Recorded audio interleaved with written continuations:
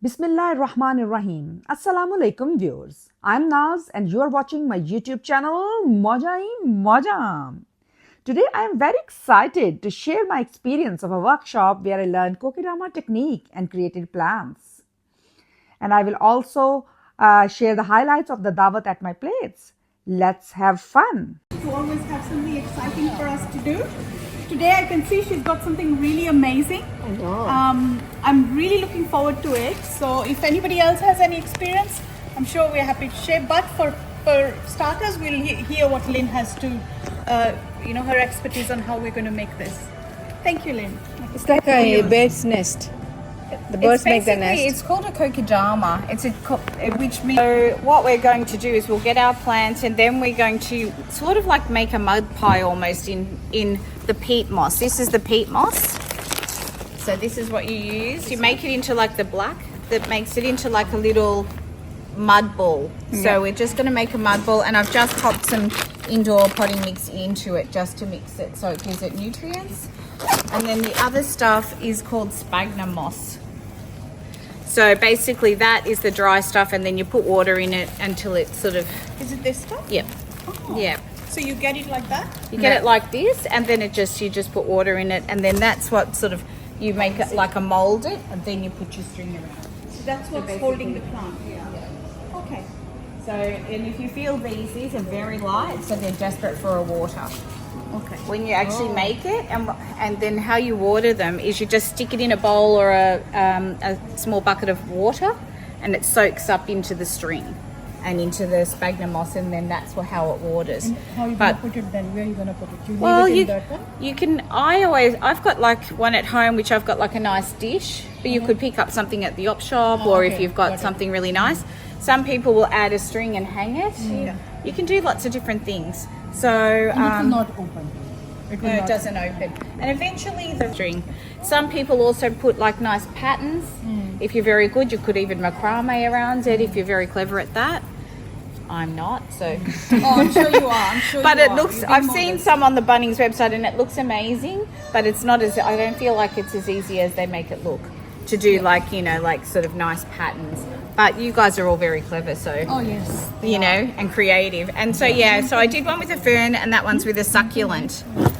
Today, just to have enough of the same ones, we're going to use like a little bird's nest fern. Okay. So that's how it'll grow, and it'll just grow and keep growing. And how frequently we have to water them? Well, that's how you feel.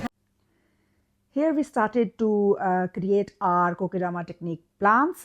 So what we did, we mixed the peat moss and potting mix together. So to create these mud balls sort of things. So we hold the plant in ball form, place the peat moss and potting mix in around it, and then after that we are also covering it with sphagnum moss. So it will make it in the form of a ball. It's like a bird nest. So we were just using our hands and fingers to just pat it around. After that we use this string to tighten it up. So yeah, it's not really a hard technique, and this is the first time I'm doing it, so I think I'm doing good. And this is one of our friends. She was helping us to untangle or the string so we can make it easily. She was doing the small pieces, so because with the big string it was very hard to put it on it, so she was making the small pieces. We can use this for a decoration within the home. We can place this in the beautiful dish.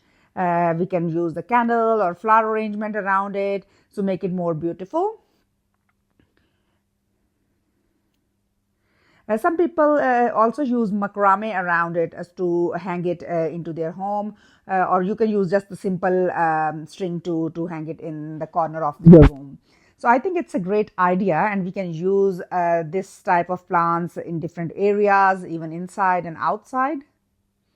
And look at that. I created one, and one of my friends gifted me one.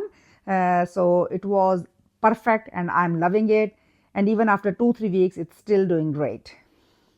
Here I am preparing for Dawat. So let's share what I did. So when I was planning for the Dawat, so I just think, okay, I can make chicken bread. So because these type of things we can create or make one day before. So it's handy because it's already ready and you can just heat it up and it's ready to serve. With the chicken bread, of course, one first day when I made it, I have to make it for all my family. So nearly we finish everything and then I have to create or mix the mixture again. But anyway, it was fun. My whole family love it. They also love the way I make it, and I'm sure you also will try, because this recipe is also in my vlogs that you can search the fish bread. It's there.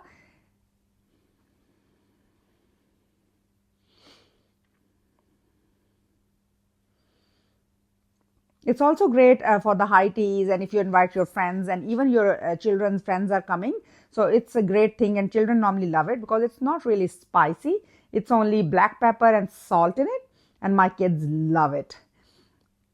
Sometimes you can also, in the holidays, you can ask your kids to help you and they love and what they're creating.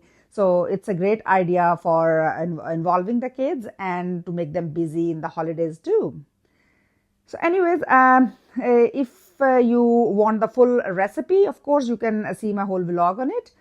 It's called the chicken bread, I believe. Yeah. And I created this, and I also make the potato cutlets. We call it aloo tikki in Urdu in Pakistan.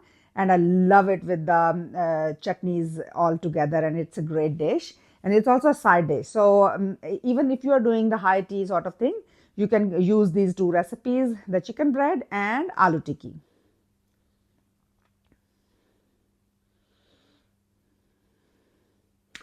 Here it is. It's all ready to serve.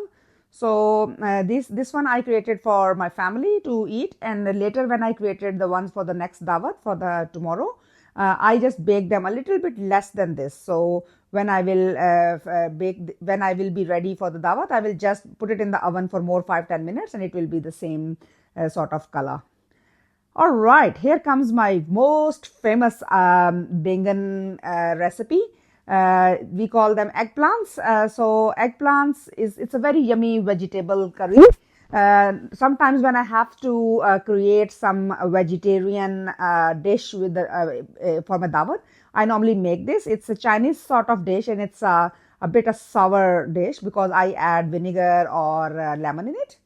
Here are the potato cutlets. So this is the Dawat day, so I started to make them a little bit earlier because when the guests come, normally it's very panicking. So it's better to prepare them a bit earlier. Here is my lounge. As you all know, I'm just adding few things. I added my wall hanging and some of the cushions for color, and my plants. Look at my heaven here. I love my plants. I know it's a bit too much plants here, but I'm just trying to put them in the proper place at the moment. But anyways, it will all settle down slowly and gradually. Here is my small setting on my counter. I added the flower arrangement and a couple of candles. Here is the dahi bhallas. Look at that. I made the bhallas at home, so I will share the recipe soon too. I make with the mash dal and also add a little bit of besan and of course a couple of salt and pepper and few other things. I will share the recipe soon so you guys can enjoy it too.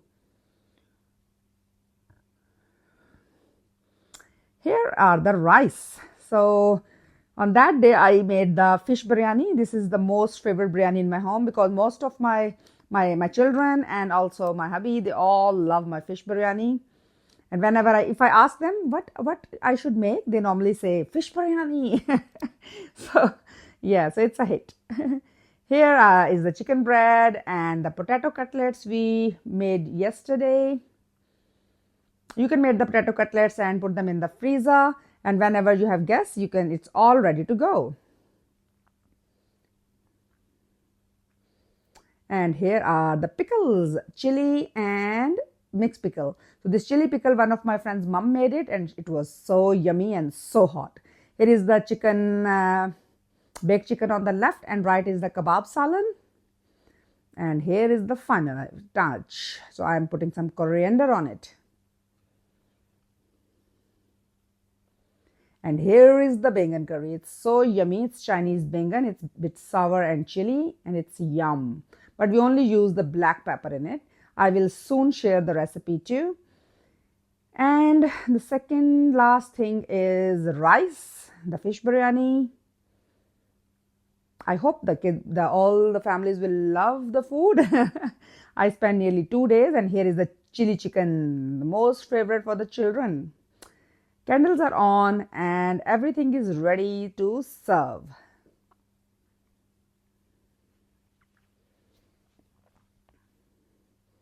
The naans are also ready. We are just cutting them in half. So if the people need a little bit, or maybe some in quarter too. So sometimes children need the small piece, so they can take the smaller one. Here is the most famous salad. I will also share the recipe soon because today was so busy and I'm unable to record all the things in one day.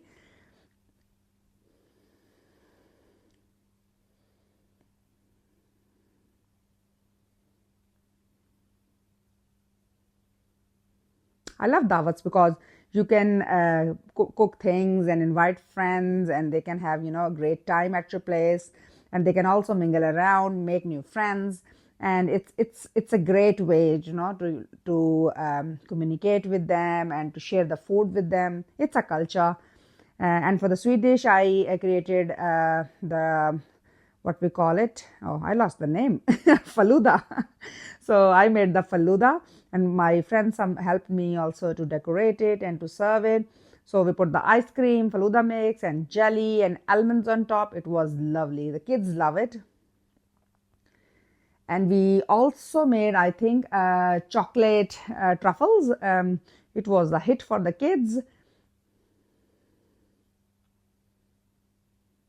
And ruah afza on top of faluda.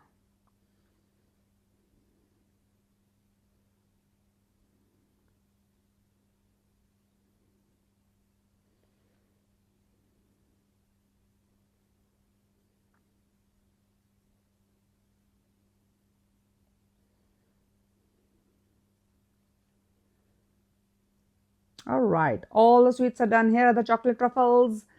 Faluda is ready, and most famous gulab jamun.